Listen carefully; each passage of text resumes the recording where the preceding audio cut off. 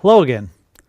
This next lecture and the two that will follow will be concerned with thermal methods of analysis. These are perhaps some of the most commonly used and broadly useful techniques, especially in the context of a form of easy measurement that can be done, which frequently has very important endpoint applications related to understanding like how the performance of materials may evolve over the course of time. All right, so one could expect, for example, if systems are going to be subject to forms of failure or decomposition, thermal methods frequently can be used to diagnose and actually predict such kinds of phenomena, and for that reason, it has very, very broad utility. So let's just get started and begin to look at some examples of this. And like I said, this will be a fairly summary overview of the technique, just to give you a feeling for the kinds of things that can be done. For this lecture, we've taken materials that were publicly available on the web.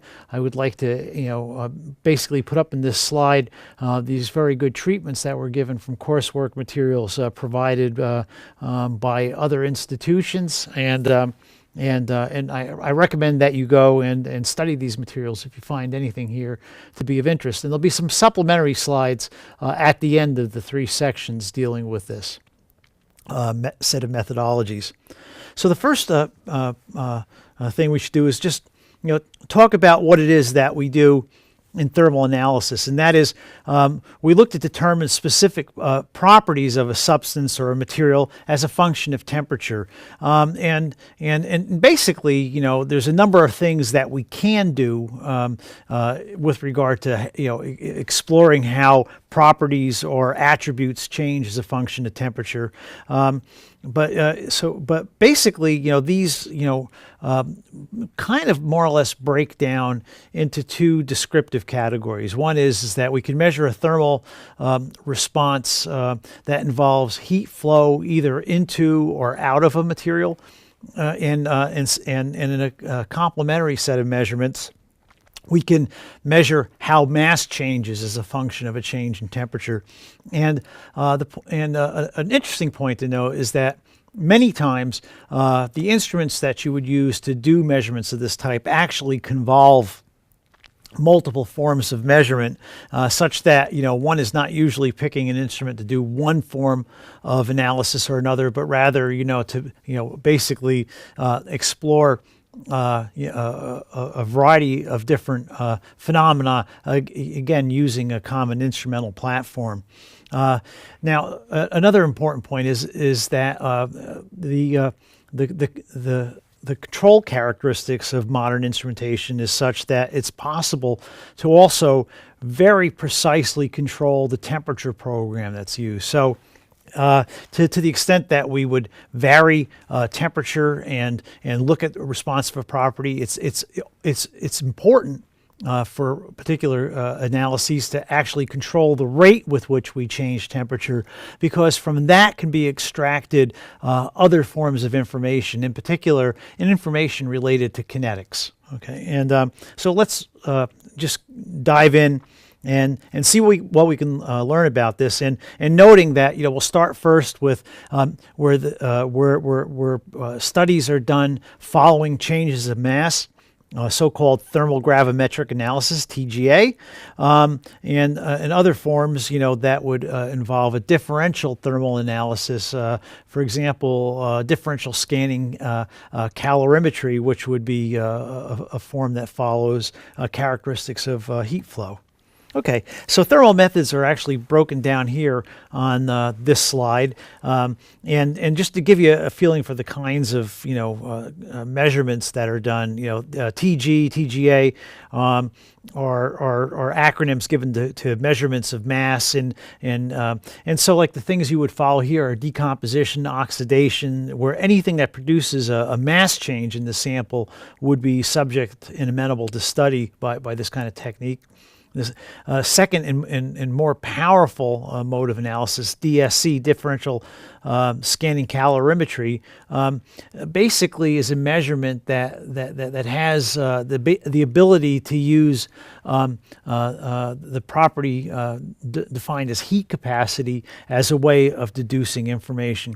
A lot of times we can actually multiplex these forms of measurements by coupling other kinds of measurement protocols to the foundational instrument, which is like for example a TGA instrument. So for example, if in fact we're studying weight loss by a material, and that weight loss, obviously corresponds to loss of mass due to volatilization of a component, you might be able to couple the instrument to a mass spectrometer and via mass analysis determine what is the gas that's given off. So obviously that would then begin to tell you a lot more than just the amount of material that was lost, but rather also its chemical speciation.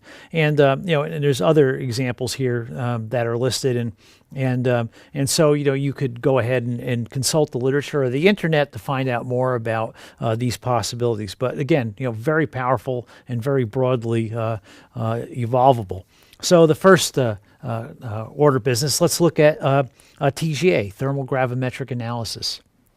Okay, gravimetry is another word that's given to describe this. There's a lot of different terms, and this is an example of an instrument that one might find in an analytical laboratory to do this kind of analysis. I will also mention that in industrial settings, TGA and DSC measurements are really very common. As I said, because of frequently for products, we might really care. I mean, we might, you really do care, how performance is going to go, in the hands of real people. So, predictive testing and also quality control measurements, really demand this kind of information.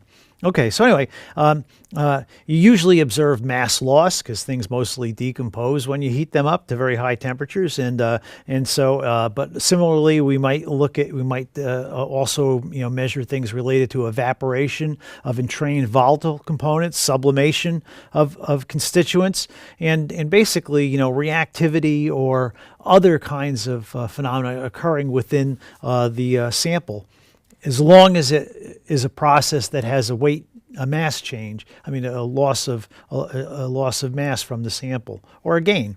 And that's the other flip side of the coin. That is, we could look at a weight gain, and so the mass gained for like a really common example would be if I heat something in air. And that's the background gas that's in the TGA measurement that I'm doing. Sometimes these measurements can be done in an inert atmosphere, but if we leave it in an oxygen-containing ambient atmosphere, or even a pure oxygen atmosphere, we can follow mass changes that come from, for example, oxidation of components to form, higher mass products. For example, metal going to metal oxide would be a real common example. Okay. So, what are the components that are present? Basically, there's a crucible, which is where you hold your sample. There's an analytical balance that actually does the measurement of mass. And there's either vacuum or other kinds of gas manipulation protocols that allow you to either remove gaseous components from the from the oven, or for example, to control the reactive atmosphere or non-reactive atmosphere to which the sample is exposed, and any of those variations might form the foundation of how you would perform the measurement. So here's a typical, TGA thermogram, which would show, for example, a change of mass as a function of temperature. And normally this is would be plotted as a percentage of the original weight. So like, for example, as the simple example shows, it went from everything to nothing, and sadly very little was left at the end of it. But actually, within that line shape, there's really a lot of information about the process that led to everything going to essentially nothing during the course of this temperature ramp profile, right? Because if we scan temperature at a very explicit rate, the manner in which mass changes as a function of the scan temperature is subject to a very powerful form of analysis. Okay. Typically, TGA plots aren't as simple as the idealized case that I showed you before. They can, in fact, be fairly complicated. Obviously, the simple case would be that we look at a thermal evolution over a temperature range and in ambient conditions in which nothing happens. And of course, that's very easy to interpret. You should get a straight line shown as the first trace in this example. A lot of times, one sees in the evolution of a thermogram, mass loss early on, and so like if we have materials that contain, for example, retained solvents or hydrating water molecules and the like, where those components are retained strictly because of weak bonding interactions, not covalent bonds or anything like that, they will desorb early in the thermogram. And as the slide notes, that if we went back, after the evolution of material shown in the second trace and rescanned the sample, it should look a lot like the first one, except that we would start from a new normalized mass level. We might have either elementary or multiple stages of thermal decomposition, and so the slide shows examples where this might go through discrete stages. Although the next trace, like shown in trace number 5, illustrates something that's like, might be a little bit more realistic, and that is, for example,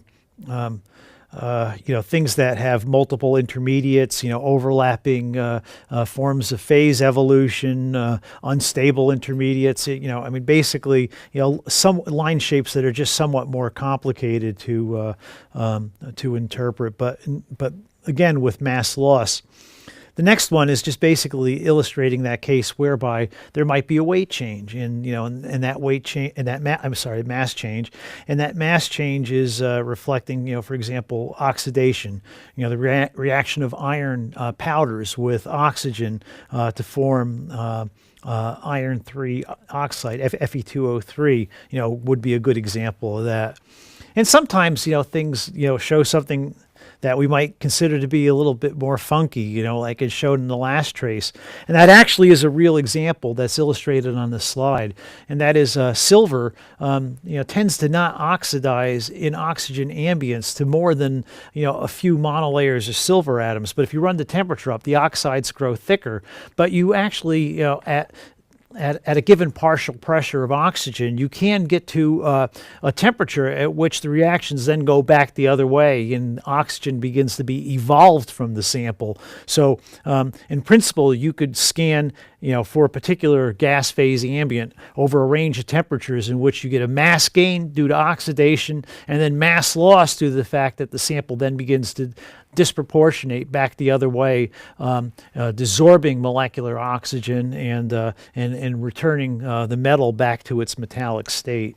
So those are all pretty interesting examples, and the point that we might be able to do is to look at applications of TGA to show for example, and here's an example that's taken from the literature for a sequence of processes, and I have to apologize. I don't remember what the example was taken from, of how a sample evolved during a particular thermogravimetric analysis, and there was a sequence of events that led to the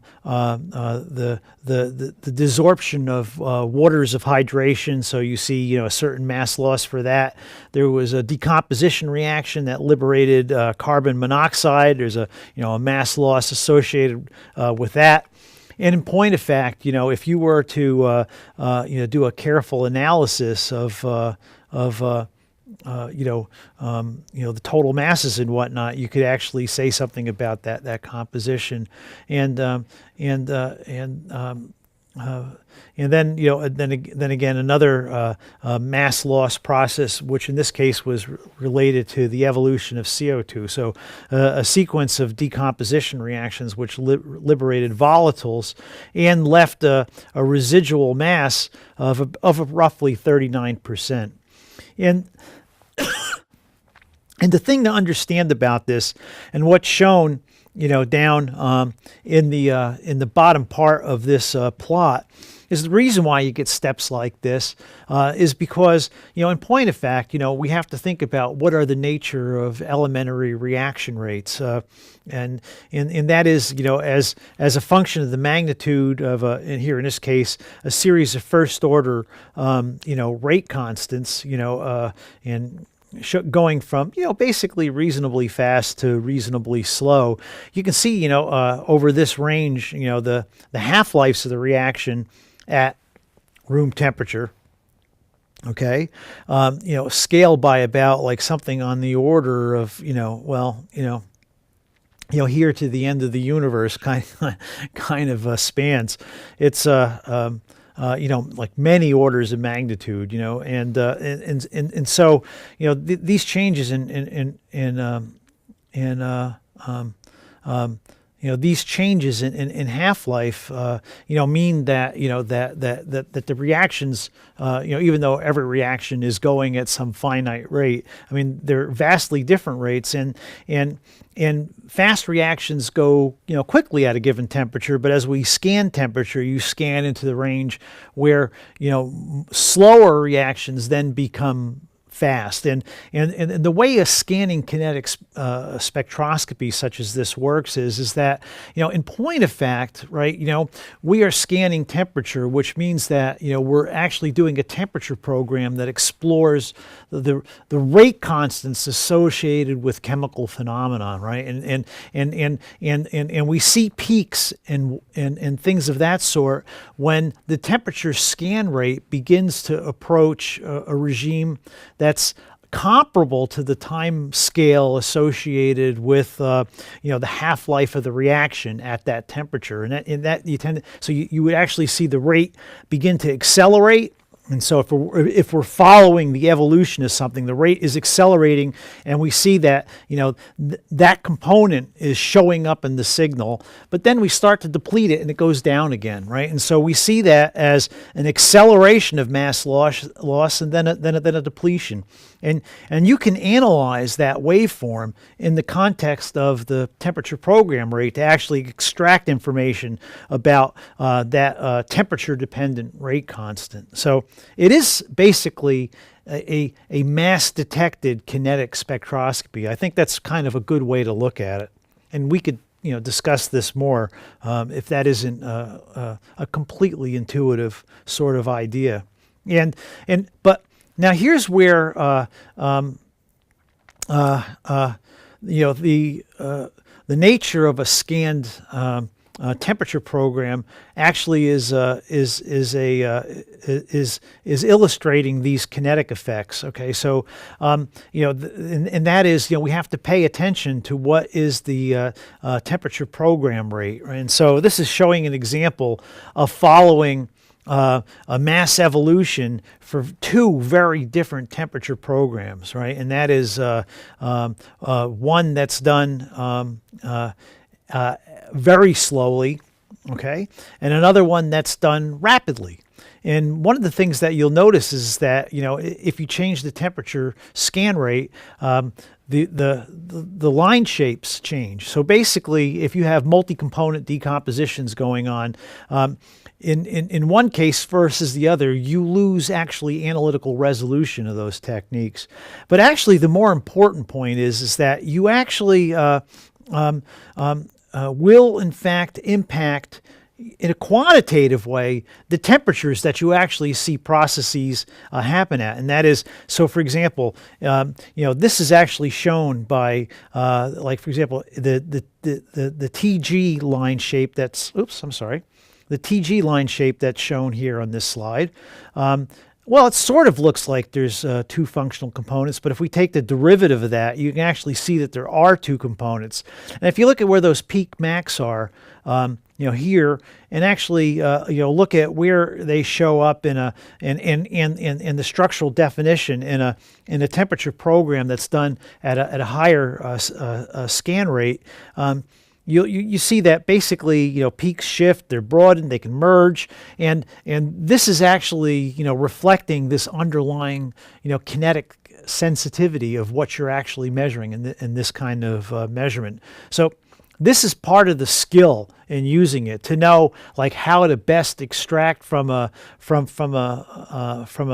TGA plot the most useful, relevant information.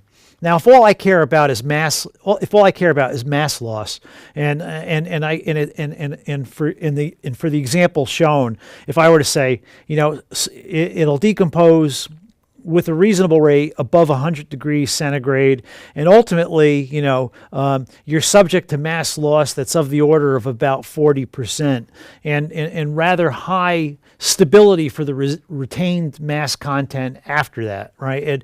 And so that would be something that the details of the scan rate wouldn't matter. But if you wanted to know more about the kinetic processes that underpinned the form of mass loss seen, obviously there's more information content in the thermogram shown in the right side of the panel, and so these would be things that would have to be thought about as you think about going forward with this type of measurement.